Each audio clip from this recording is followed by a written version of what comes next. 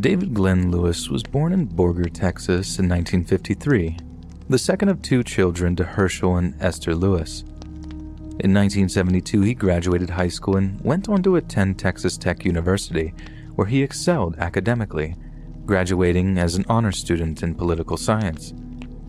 David stayed in academia following this, gaining a place in the Texas Tech Law School, studying until 1979 when he earned himself a jurisprudence doctorate. He chose Amarillo, Texas, to begin practicing as an attorney at law and was a distinguished member of the American Bar Association.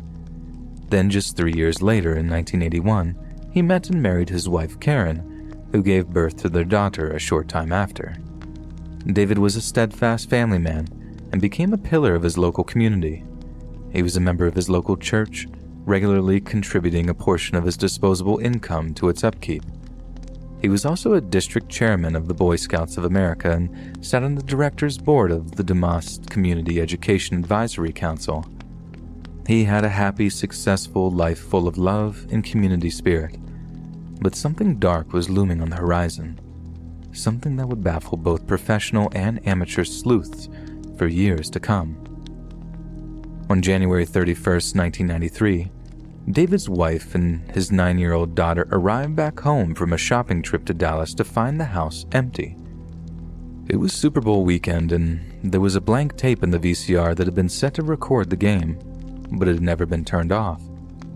There were some sandwiches sitting covered in the refrigerator, and they appeared that they had been made that day. Everything in the house seemed to be in order, and there were no signs of any kind of foul play that might explain her husband's absence. It simply appeared that David had gone out for a while, maybe been caught up somewhere. It was Super Bowl weekend after all. There was every chance he had simply gone over to a friend's to watch the game. However, the later it got into the evening, the more Karen started to worry. David hadn't called, nor had he left any message telling her where he'd gone. By the time she went to bed that night, she was worried sick. The next morning, when he still hadn't arrived home, Karen drove over to Amarillo Police Department to report him missing. Meanwhile, around 12 hours after David's wife was having police file a missing persons report, over 1,000 miles away in Yakima, Washington, there were several sightings of a strange man walking down the center of a Route 24. The individual's behavior was so alarming that a handful of drivers actually turned around in order to warn people coming the other way that there was an unhinged person simply walking down the center of the dark highway. Many of the motorists went as far as reporting the person to the police, who dispatched highway patrol officers to search for him. But by the time they found the individual, they had been tragically killed in what appeared to be an accidental hit and run. The dead man in question was middle-aged and was wearing military-style clothing along with heavy work boots. The subsequent autopsy showed no sign of alcohol in his system, and it was something of a mystery as to who he was and why he was acting so strangely, since there was no form of ID on his body whatsoever. He was simply listed as a John Doe, and a point was made to discover the man's identity, although due to the nature of the death, Washington State Police were in no rush to do so.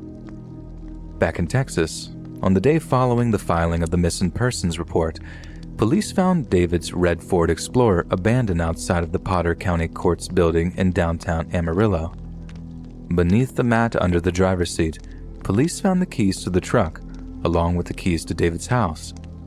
The truck's glove box also contained his credit cards, driver's license, and checkbook, all apparently in the usual place where David was known to keep them. But despite such a find, it gave police no real clues as to his current whereabouts. Where he could have gone from there was simply a mystery. There was one incredible pertinent piece of information to consider, though. The fact that before he had disappeared, David had confided in his wife that he believed his life to be in danger. She pressed him on the issue, but David refused to reveal any more information, not about the nature or the urgency of the threats, since he believed sharing such knowledge would put her life in danger too. When talking to the police, Karen told them that she suspected this threat to be related to his work as an attorney, that some kind of angry or dissatisfied client of his had blamed him for a failure on his part, possibly resulting in a prison sentence, and wished to seek revenge. Karen had dug through David's case files and discovered an appointment dated for a week after his disappearance. It was a deposition in a conflict of interest case between his former law firm and a wealthy client. She had also spoken to David's father, who confessed that his son had also spoken to him regarding the appointment. He had told his father that he had absolutely no intention of covering up any of his former firm's misdeeds, and that he was going to reveal the truth of the matter to all involved. Despite the police considering this a worthy lead, there was simply not enough information on specifics and individuals to produce any serious new evidence.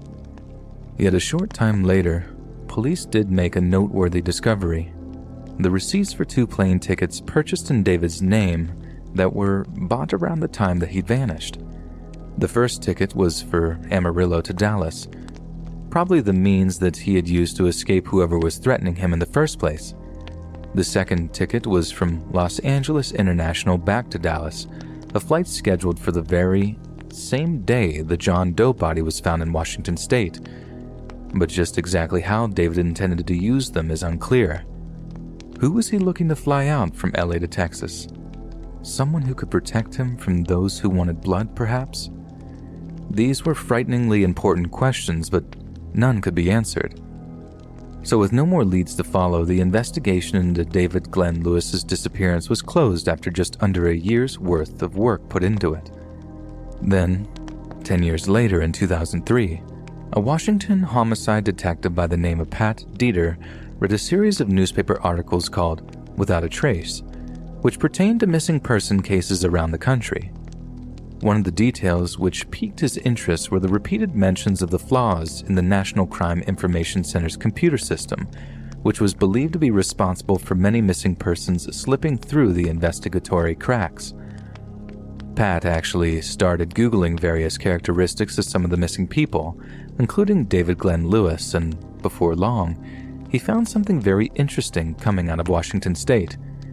It was a picture of the John Doe's body from the hit and run in 1993, and it looked shockingly similar to a picture of a still living David.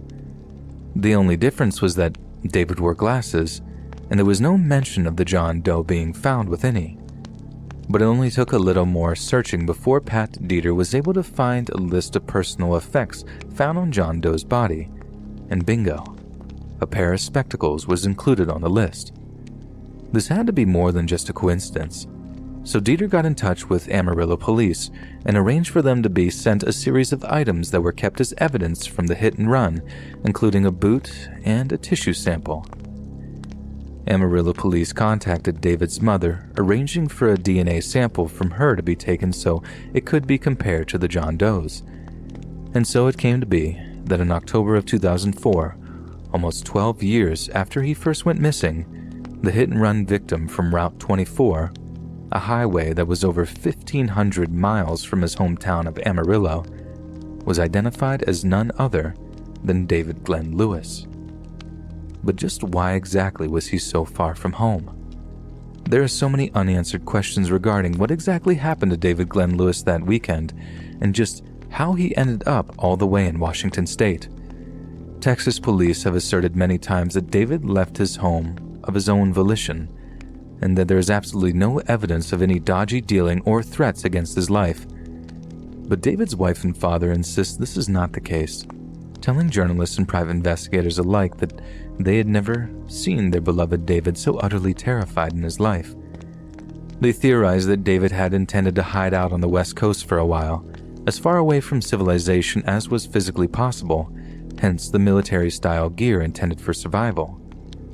When it was safe to do so, it is thought that he would travel down to California before flying back to Texas. Some believe the hit-and-run on Route 24 was simply a tragic accident. Some even suspect it was him ending his own life, that he had deliberately ran into traffic to end it. But there are some who even darkly suspect that he was somehow tracked down by a network of powerful individuals and murdered to keep him silent. And the scary thing is, that conclusion is not entirely out of the question. In the aftermath of his death, all the conflict of interest cases surrounding his firm simply faded into nothingness. All the trouble he seemed to have been causing went away. His death ended a sticky situation that could have ended in tens of millions of dollars in damages and fines being paid out. The murder of a man would be a small price to pay to avoid such penalties. The one thing that leads us to believe that David was being followed as far as Washington is the fact that he seemed to be unwilling to rent a car once he was there. He was on foot when he died and had no rental documentation on him that may indicate he rented, then ditched a vehicle. If he was scot-free and untraceable all the way up in Washington, it would have been no big deal to rent a truck to get around easier. But that wasn't the case. In the end, he was walking up and down the middle of the highway in the dead of night, in all likelihood trying to stop a vehicle so he could hitch a ride out of the area. There is no doubt in my mind that anyone with their headlights on traveling down an open highway would not have seen David walking towards them unless they were either extremely tired or extremely drunk. This raises the question, who exactly hit David that night on Route 24, and why haven't they ever been found? From what I can tell, every investigation into the driver's identity came up short, and this is very possibly due to the fact that the driver then escaped Washington State having completed the contract hit they were assigned to. But regardless, we may never find out what really happened to David Glenn Lewis, why he was killed, or the true motivations for doing so, if he was even murdered at all.